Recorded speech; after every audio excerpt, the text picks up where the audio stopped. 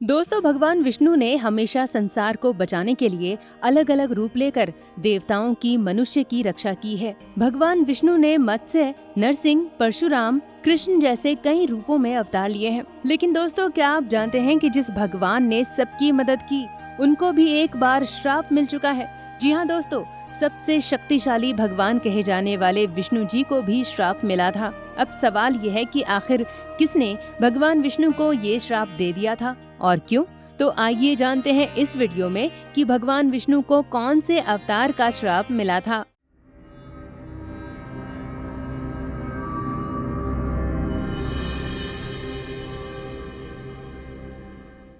दोस्तों, आपको ये तो पता ही है कि पूरे देवताओं में सबसे शक्तिशाली देवता भगवान विष्णु ही हैं।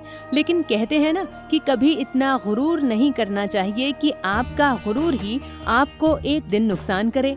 इसी बात का उदाहरण महाभारत की कथाओं में भी दिया जाता है। दोस्तों, कथा अनुसार एक दिन माता लक्ष्मी की सुंदरता को देखकर भगवान विष्णु मुस्कुराने लगे, लेकिन माता लक्ष्मी को लगा कि वे उनका मजाक उड़ा रहे हैं। माता लक्ष्मी ने गुस्से में भगवान विष्णु को श्राप दे दिया और कहा कि जिस खूबसूरत चेहरे पर आपको इतना घमंड है, लो आज मैं उसी चेहरे को धड़ से अलग कर देती हूँ। लेकिन उसी समय प्रजापति कश्यप, उनकी पत्नी दनु के पुत्र और असुरों के राजा हयग्रीव, जिनका सिर अश्व का और धड़ मनुष्य का था, ये तीनों माता पार्वती की घोर तपस्या कर रहे थे, जिससे प्रसन्न होकर माता पार्वती ने असुर हयग्रीव से वरदान मांगने को कहा। दोस्तों, हयग्रीव ने कहा कि माता, मुझे अमर बनने का वरदान दीजिए। लेकिन माता पार्वती ने उसकी ये इच्छा सुनकर इसे अस्वीकार कर दिया। माता पार्वती बोली कि हे असुर, विधि के विधान के अनुसार जो प्राणी जन्मा है उसकी मृत्यु अवश्य होगी। दूसरी इच्छा मांगने पर हयग्रीव बोला कि माता, मेरी इच्छा है कि हयग्रीव के हाथों ही मेरी मृत्यु हो।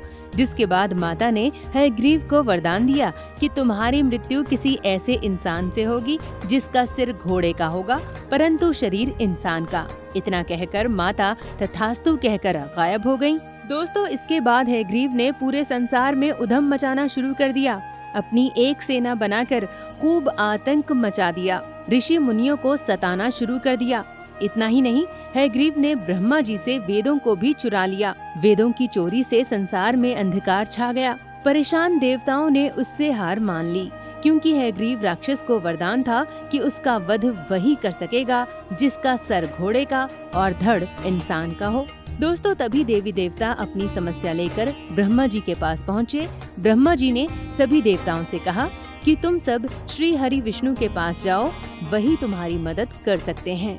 जब सभी देवता भगवान विष्णु के पास गए और उन्होंने देखा कि विष्णु जी तो वैकुंठ धाम में एक धनुष की डोरी के सहारे काफी गहरी नींद सो रहे हैं।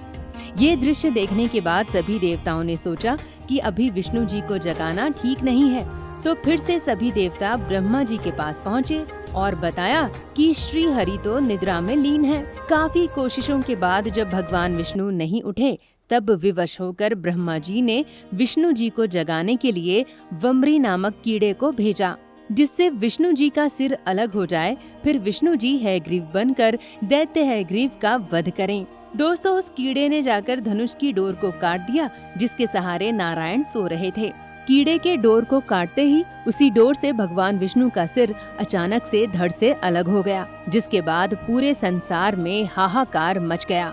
दोस्तों, एक कहानी ये भी है कि जब विष्णु भगवान का धड़ और सिर अलग हुआ तो सभी देवताओं ने विष्णु जी के सिर को प्रकट करने के लिए तपस्या की, परंतु सबसे शक्तिशाली कहे जाने वाले भगवान के आगे सब शक्तियाँ फेल हैं, जिस कारण माता पार्वती ने ब्रह्मा जी से एक घोड़े का मस्तक लाने को कहा, क्योंकि आखिरकार भगवान विष्णु को हयग्रीव दैत्य को खत्म करने के लिए ही नींद से उठाया जा रहा था। दोस्तों, माता पार्वती के कहने पर ब्रह्मा जी एक घोड़े का मस्तक ले आए, क्योंकि अश्वमुखी हयग्रीव ने तपस्या करके ये वरदान प्राप्त किया था कि उसे कोई अश्वमुखी मनुष्य ही मार सकता है। इसीलिए श्री हरि विष्णु को ये रूप लेना होगा। उस घोड़े के सिर को भगवान विष्णु के धड़ से जोड़ दिया गया, जिसके बाद भगवान विष्णु का अवतार हयग्रीव हुआ। फिर इसके बाद भगवान विष्णु और दैत्य हयग्रीव के बीच युद्ध हुआ। युद्ध में भगवान विष्णु ने हयग्रीव का अवतार बनकर उस दैत्य को मार डाला और वेदों को ब्रह्मा जी को सौंप दिया।